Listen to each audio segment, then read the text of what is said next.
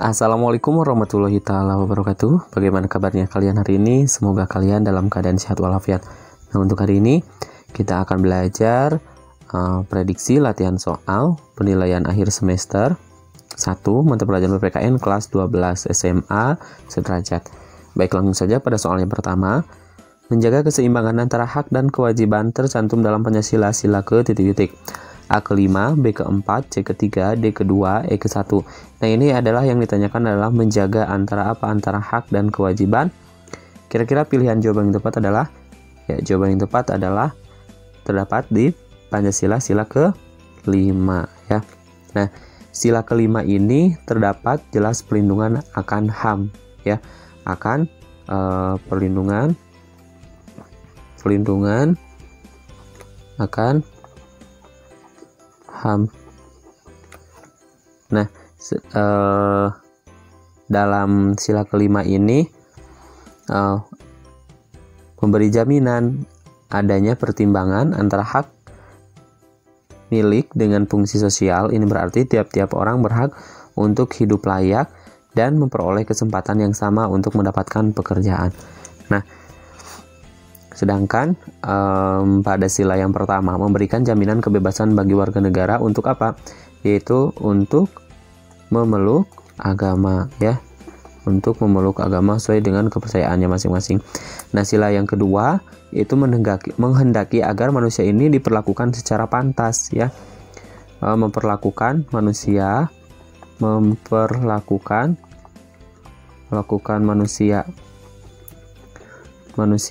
secara pantas gitu ya. Secara pantas, terus juga sesuai dengan harkat dan martabat dan derajatnya. Sedangkan sila yang ketiga ini, pada sila yang ketiga ini memberikan pedoman kepada setiap warga negara dalam melaksanakan hak asasi agar mengutamakan kepentingan bangsa dan negara ya. Mengutamakan kepentingan bangsa dan negara atau persatuan. Sedangkan pada sila yang keempat ini yaitu menjamin bahwa hak warga negara ini berkumpul, berpendapat dan ikut serta dalam pemerintahan ya. Berkumpul di sini, berpendapat dan ikut serta dalam pemerintahan. Ikut serta dalam pemerintahan. Sedangkan sila yang kelima ini adalah memberi jaminan adanya perimbangan ya. Memberikan jaminan di sini jaminan dalam apa? Dalam perimbangan, imbang antara hak dan kewajiban. Jadi jawaban yang tepat adalah yang A.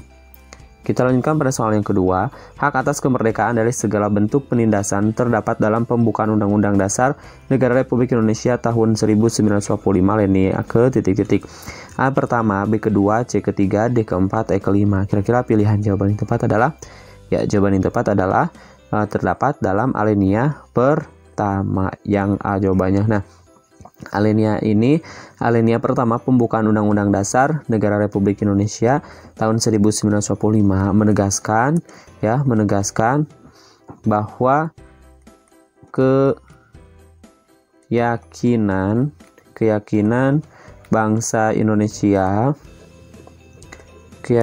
bangsa Indonesia bahwa kemerdekaan itu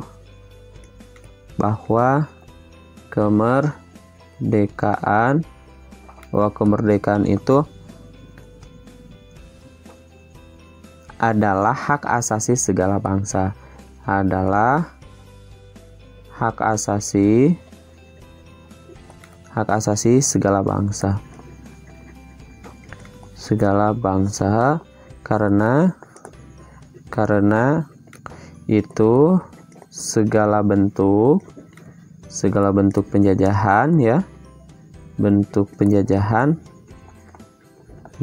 harus dihapuskan.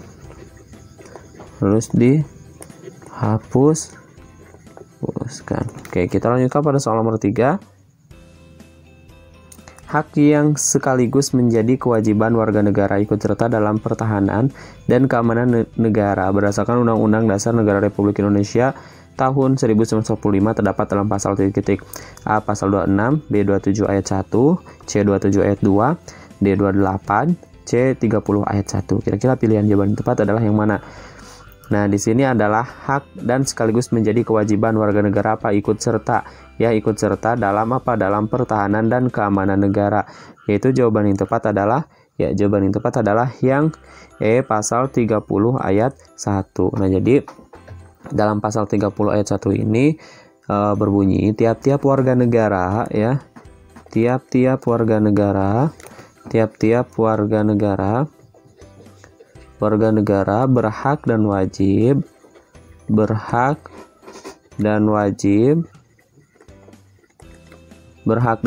ikut serta dalam usaha pertahanan dan keamanan ya, keamanan negara. Oke, kita lanjutkan pada soal nomor 4. Pasal 33 Undang-Undang Dasar Negara Republik Indonesia tahun 1945 mengatur pelaksanaan hak warga negara khususnya di bidang titik-titik A. Politik, B. Ekonomi, C. Sosial budaya, D. Ideologi, E. Hukum. Kira-kira pilihan jawaban yang tepat adalah ya, dalam pasal 30 ini mengatur tentang apa? Ya, betul, mengatur tentang ekonomi. Jadi jawaban yang tepat adalah yang ya, jadi sekali lagi pasal 33 ini ya mengatur tentang jaminan hak warga negara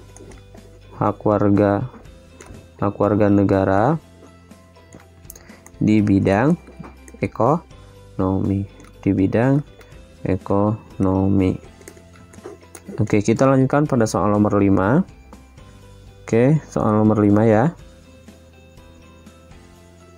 Oke, sebentar dulu ya. Soal nomor 5.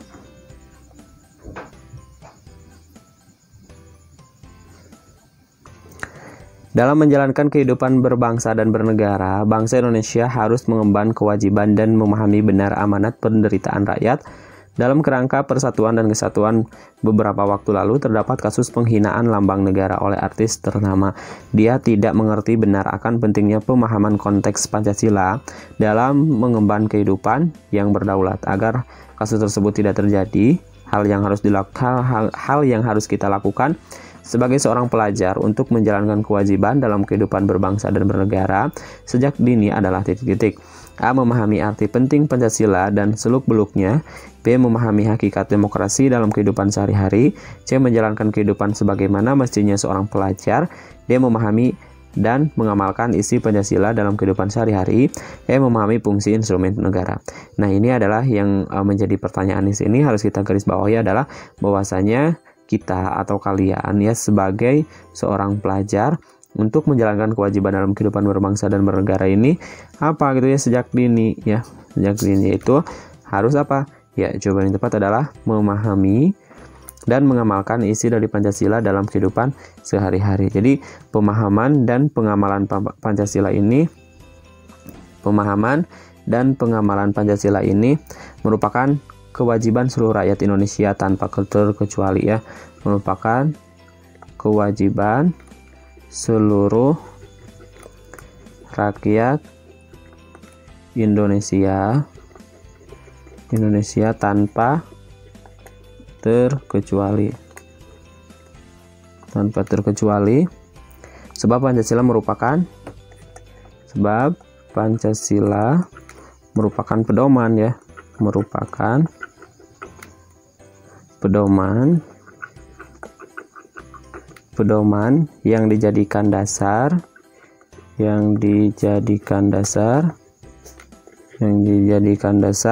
dalam melaksanakan kegiatan dalam kehidupan sehari-hari ya, kegiatan atau aktivitas sehari-hari. Jadi hal-hal yang harus kita jalankan ya, khususnya kita sebagai pelajar, maka kita harus dalam kehidupan sehari-hari harus memahami dan mengamalkan isi Pancasila dalam kehidupan sehari-hari. Karena kenapa? Karena Pancasila ini merupakan pedoman, ya, pedoman yang dijadikan dasar dalam berbagai kegiatan ataupun aktivitas dalam kita sehari-hari. Kita lanjutkan pada soal berikutnya, ya, nomor 6. Untuk membedakan antara warga negara dan bukan warga negara dapat ditinjau dari aspek yaitu titik-titik. A. Haknya. B. Legal formal. C. Kewajiban. D. Hukum positif. E. Hak dan kewajiban. Nah, di sini yang ditanyakan adalah untuk membedakan apa antara warga negara dan bukan warga negara ini dapat ditinjau dari aspek apa? Ya, jawaban yang tepat adalah hak dan kewajibannya. Jawabannya adalah yang E. Nah, pada dasarnya ini yang dapat membedakan antara warga negara dan bukan warga negara yaitu dapat ditinjau dari aspek haknya itu dan kewajiban. Hak itu apa? Adalah suatu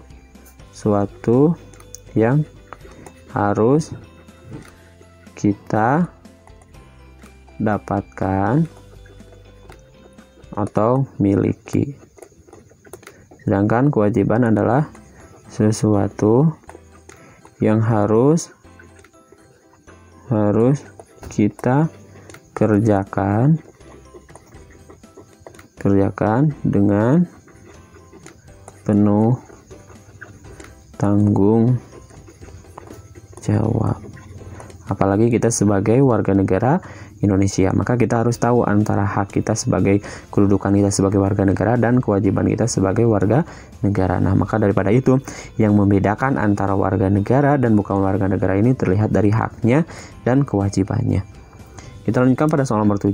Pada pasal 31 ayat 2 Undang-Undang Dasar Negara Republik Indonesia tahun 1945 merupakan kewajiban warga negara dalam bidang titik-titik. A. Sosial dan budaya. B. Sosial dan politik. C. Sosial dan politik dan hukum. D. Hukum dan pemerintahan. E. Pendidikan. Kira-kira pilihan jawaban yang tepat adalah ya, dalam pasal 31 ayat 2 Undang-Undang Dasar Negara ini merupakan kewajiban warga negara dalam bidang pendidikan. Jawabannya adalah yang E. Nah, jadi bunyi dari pasal 31 ayat 2 ini adalah bahwa setiap warga negara wajib mengikuti pendidikan dasar dan pemerintahan wajib membiayainya. Ini pada pasal 31 ayat 2 bahwasanya menjelaskan bahwa warga negara wajib mengikuti pendidikan dasar, ya. Wajib mengikuti pendidikan dasar dan pemerintahan wajib membiayainya.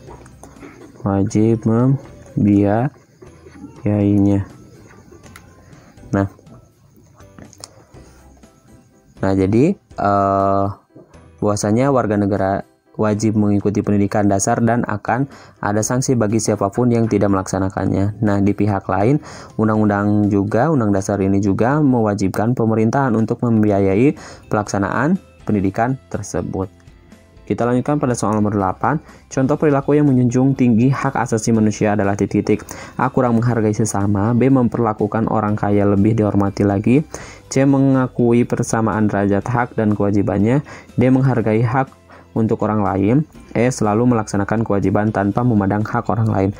Jawaban yang tepat adalah yang C. Ya, mengakui persamaan derajat hak dan kewajibannya. Nah, jadi mengakui persamaan hak dan derajat hak dan kewajiban manusia merupakan salah satu contoh perilaku menjunjung tinggi hak asasi manusia. Kita lanjutkan pada soal nomor 9. Andi pindah rumah dari Makassar ke Surabaya. Sekarang Andi tinggal di satu komplek perumahan dengan Anto. Anto penduduk asli Surabaya. Meskipun berbeda suku, Andi dan Anto berteman baik. Suatu malam musibah menimpa keluarga Andi. Rumahnya mengalami kebakaran. Sebagai tetangga dan teman baik, Anto mempunyai kewenangan titik-titik. A. Meringankan beban yang diderita Andi. B. Menanggung sesama kerugian akibat kebakaran. C. Mencari berita tentang musibah yang sedang terjadi. D. Memberitahu teman-temannya tentang musibah yang dialami Andi.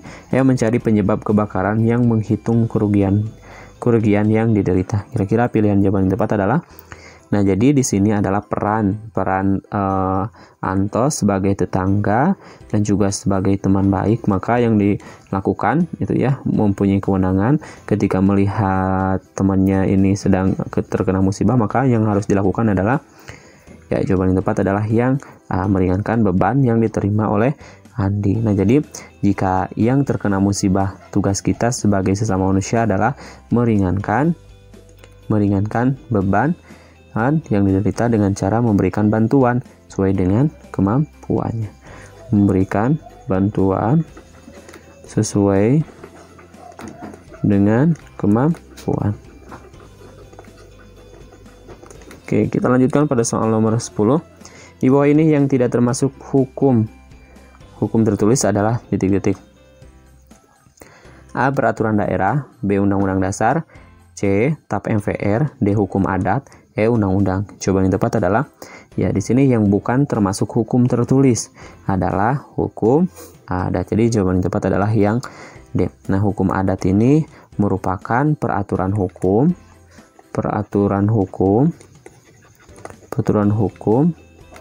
yang tumbuh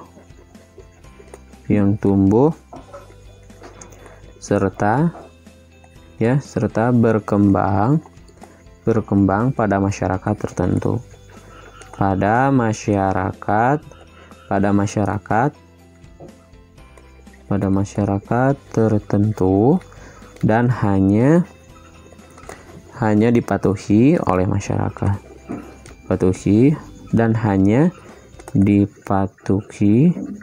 Dipatuhi oleh masyarakat yang bersangkutan.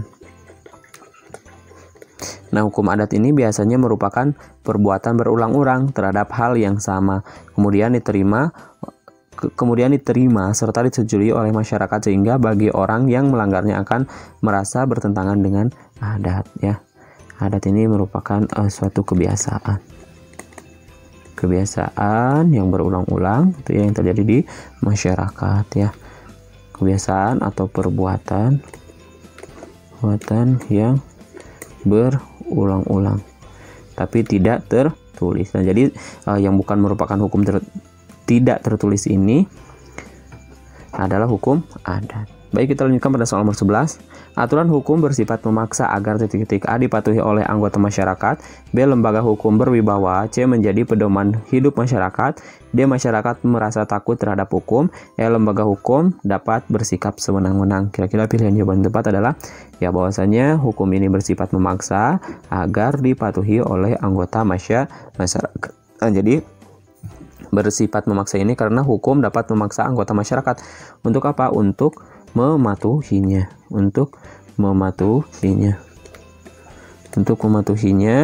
Apabila melanggar akan menerima sanksi tegas. Makanya hukum ini adalah bersifat memaksa ya, agar dipatuhi oleh tiap anggota masyarakat. Supaya apa? Supaya untuk patuh mematuhinya. Apabila tidak patuh maka akan dikenai sanksi yang sangat tegas. Baik, kita lanjutkan pada soal berikutnya, nomor ya. Nomor 12.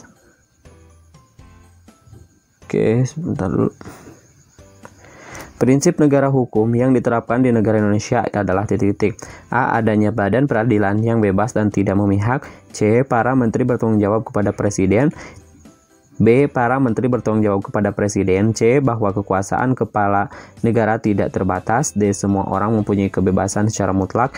E. Pendudukan DPR sejajar dengan lembaga dan tidak memihak. Kira-kira pilihan jawaban yang tepat adalah, ya jawaban yang tepat adalah yang A. Adanya badan peradilan yang bebas dan tidak memihak. Jadi prinsip negara hukum yang diterapkan di Indonesia ini adalah adanya badan peradilan yang bebas dan tidak memihak. Nah, dalam setiap anggota hukum dianut dan dipraktikkan adanya prinsip-prinsip demokrasi atau kedaulatan rakyat ya. Demokrasi atau kedaulatan rakyat. kedaulatan rakyat yang menjamin peran serta masyarakat dalam setiap proses pengambilan keputusan. Pengambilan keputusan. Keputusan apa? Keputusan kenegaraan. Nah, dengan adanya peran masyarakat dalam proses pengambilan keputusan tersebut, maka setiap peraturan perundang-undangan yang ditetapkan dan ditegakkan dapat diharapkan benar-benar mencerminkan perasaan keadilan yang hidup di tengah masyarakat, ya. Keadilan di tengah masyarakat. Nah, masyarakat. Nah, hukum dan peraturan perundang-undangan yang berlaku tidak boleh ditetapkan dan diterapkan secara sepihak dan atau hanya kepentingan penguasa, ya. Penguasa cara bertentangan dengan prinsip-prinsip demokrasi.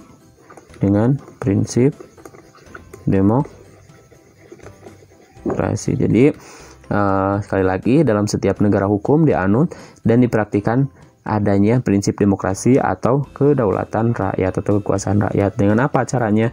Yaitu pengaplikasiannya dengan pengambilan keputusan bersama, ya, atau dalam kenegaraan ini. Nah, dalam keadilan di tengah masyarakat, supaya terjadi keadilan di tengah masyarakat, jadi kenapa pengambilan keputusan ini harus secara bersama dengan masyarakat? Karena jangan sampai keputusan tersebut itu hanya dikeluarkan dari penguasa dan nantinya akan bertentangan dengan prinsip dari demokrasi. Bahwasanya prinsip dari demokrasi ini adalah dengan cara musyawarah, ya, pengambilan keputusan dengan cara musyawarah. Kita lanjutkan pada soal nomor 13. Ketidakadilan dalam penegakan hukum merupakan wujud penyimpangan terhadap Undang-Undang Dasar Negara Republik Indonesia tahun 1945 pasal A28A, B28B ayat 1, C28C ayat 1, D28D ayat 1, E28D ayat 1. Kira-kira pilihan jawaban yang tepat adalah, ya, bahwasanya ketidakadilan dalam penegakan hukum merupakan wujud penyimpangan terhadap Undang-Undang Dasar Negara Republik Indonesia pasal 28D ayat 1. Nah, bunyi dari pasal 28D ayat 1 ini, setiap orang berhak atas apa? Atas pengakuan, jaminan, perlindungan dan kepastian hukum, ya. Dan kepastian hukum yang adil serta perlakuan yang sama di hadapan hukum.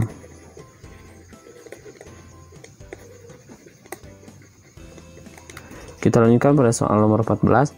Terjadinya ketidakadilan dalam wilayah pengadilan di Indonesia disebabkan A. Aturan dalam masyarakat yang tidak adil. B. Individu yang satu bertindak tidak adil terhadap orang lain. C. Karena orang hanya mengandalkan kekuasaannya.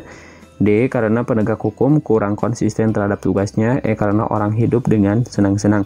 Kira-kira pilihan jawaban yang tepat adalah, ya, jawaban yang tepat adalah karena penegak hukum kurang konsisten terhadap tugasnya. Jadi kurangnya konsisten ini karena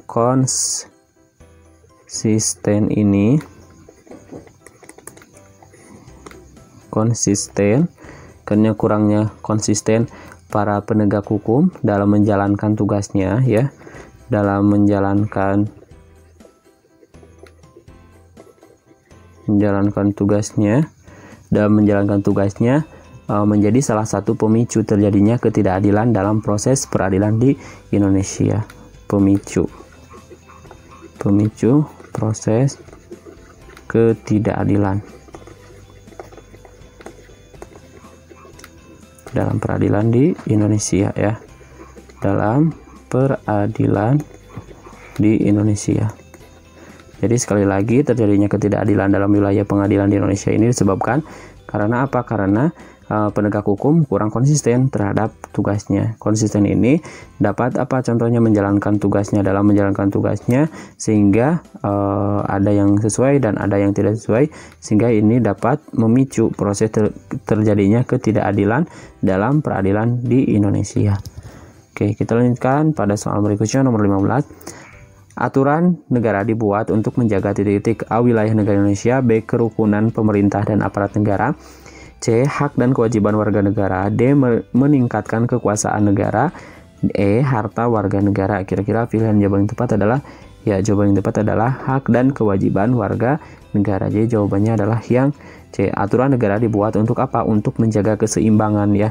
Untuk menjaga keseimbangan antara hak dan kewajiban. Antara hak dan kewajiban warga negara agar tidak terjadi ketimpangan.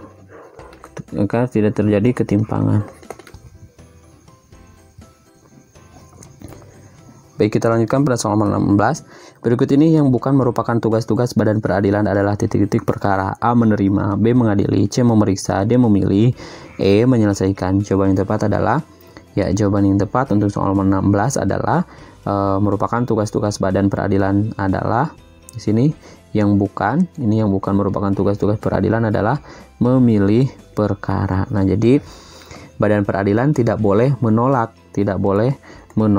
ya. Tidak boleh menolak apa? Menolak suatu perkara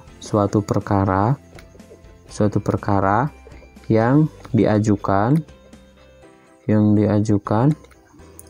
kepadanya dengan alasan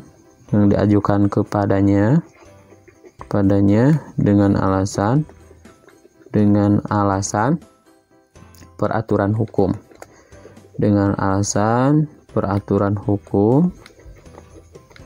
Kurang atau tidak jelas tentang hal tersebut, ya. Kurang atau tidak jelas tentang hal yang diajukan itu.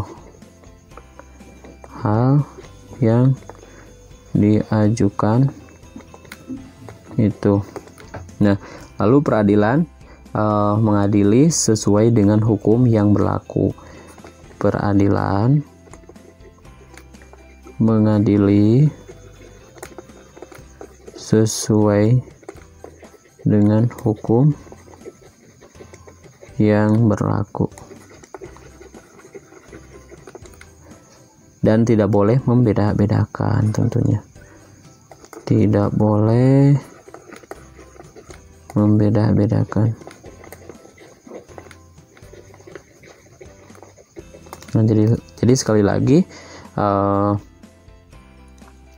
badan peradilan, ya, jadi BP atau badan peradilan ini badan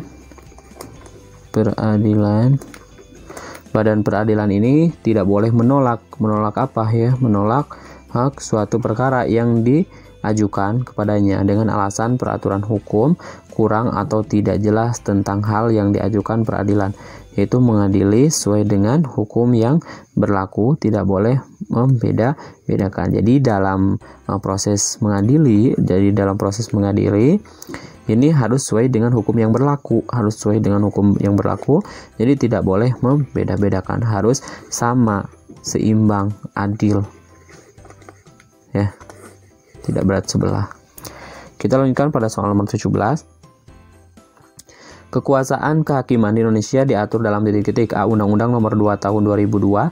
B. Undang-Undang Nomor 24 Tahun 2003. C. Undang-Undang Nomor 16 Tahun 2004. D. Undang-Undang Nomor 5 Tahun 2004. E. Undang-Undang Nomor 48 Tahun 2009. Kira-kira pilihan jawaban yang tepat adalah, nah, di sini adalah tentang kekuasaan kehakiman di Indonesia. Ya, kekuasaan kehakiman di Indonesia ini diatur dalam Undang-Undang Nomor 48 Tahun 2009. Sekali lagi, diatur dalam Undang-Undang Nomor 48 Tahun 2009. Nah, undang-undang yang mengatur tentang kehakiman ini adalah Undang-Undang Nomor 48 Tahun 2009 tentang kekuasaan kehakiman. Kekuasaan kehakiman, ya. Kekuasaan kehakiman. Nah, untuk yang selanjutnya kita lanjutkan pada soal nomor 18. Hukum tidak hanya menciptakan ketertiban dan ketentraman, tetapi juga harus bisa menumbuhkan kesadaran warga untuk tidak sesuka hati melanggar hukum yang berlaku tanpa mendapatkan sanksi. Karena di masyarakat hukum memiliki arti penting, yaitu titik-titik. A. Memberikan kepastian hukum bagi warga. B. Melindungi dan mengayomi hak-hak warga. C. Memberikan rasa keadilan bagi warga negara. D. Menciptakan ketertiban masyarakat. E. Menjamin keamanan masyarakat. Nah, di sini yang ditanyakan adalah hukum, ya. Hukum di masyarakat ini memiliki arti penting apa? Ya, jawaban yang tepat adalah yang A. Memberikan kepastian hukum bagi warga negara. Nah, jadi memberikan kepastian hukum bagi warga negara ini, bagi masing-masing individu warga negara ini, maksudnya itu negara ini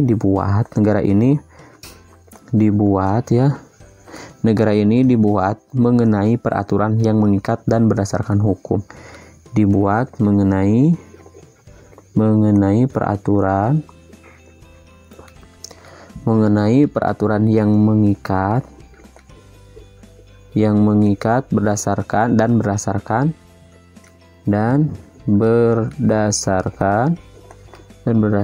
hukum.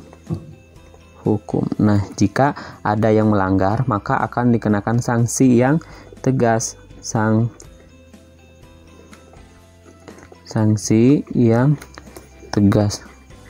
Maka negara itu harus ada kepastian hukumnya.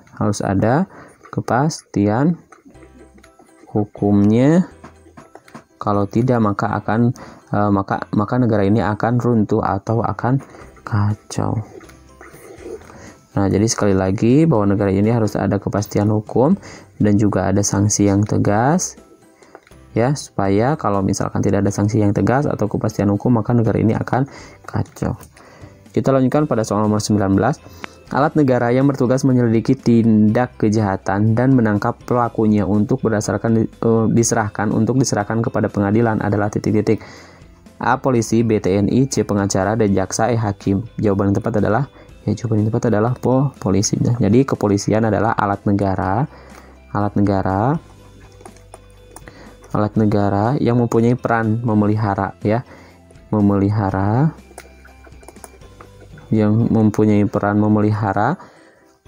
keamanan dan ketertiban masyarakat.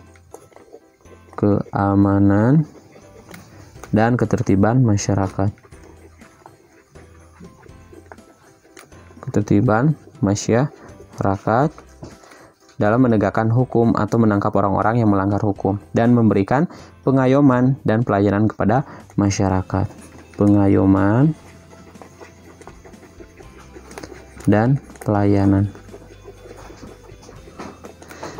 Nah, di sini harus kepolisian ini menegakkan hukum. Menangkap orang-orang yang melanggar hukum. Nah, jadi sekali lagi alat negara yang bertugas untuk menyelidiki tindak kejahatan dan menangkap pelakunya untuk diserahkan kepada pengadilan adalah polisi. Bahwasanya kepolisian ini merupakan alat negara.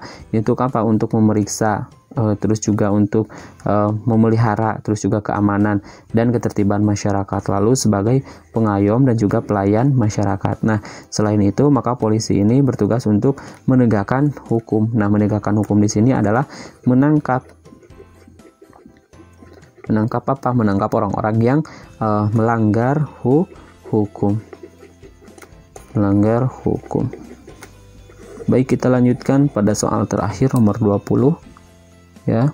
TNI terdiri atas Angkatan Darat, Angkatan Laut, dan Angkatan Udara. Sebagai alat negara, bertugas mempertahankan, melindungi, dan memelihara keutuhan dan kekuatan negara, merupakan bunyi Undang-Undang Dasar Negara Republik Indonesia tahun 1945, pasal titik-titik. A 27 ayat 1, B 27 ayat 3, C 30 ayat 1, D 30 ayat 3, E 30 ayat 4. Jawaban yang tepat adalah pasal 30 ayat 3. Nah, pasal 30 ayat 3 ini berbunyi bahwasanya Tentara Nasional Indonesia ini terdiri atas Angkatan Darat, Angkatan Laut, dan Angkatan Udara. Sebagai alat kelengkapan negara, bertugas mempertahankan dan juga melindungi dan memelihara keutuhan dan kekuatan negara. Jadi jawaban yang tepat adalah yang C. Oke, sekian dulu. Sampai jumpa di video pembahasan selanjutnya. Semoga bermanfaat. Kami akhiri. Assalamualaikum warahmatullahi wabarakatuh.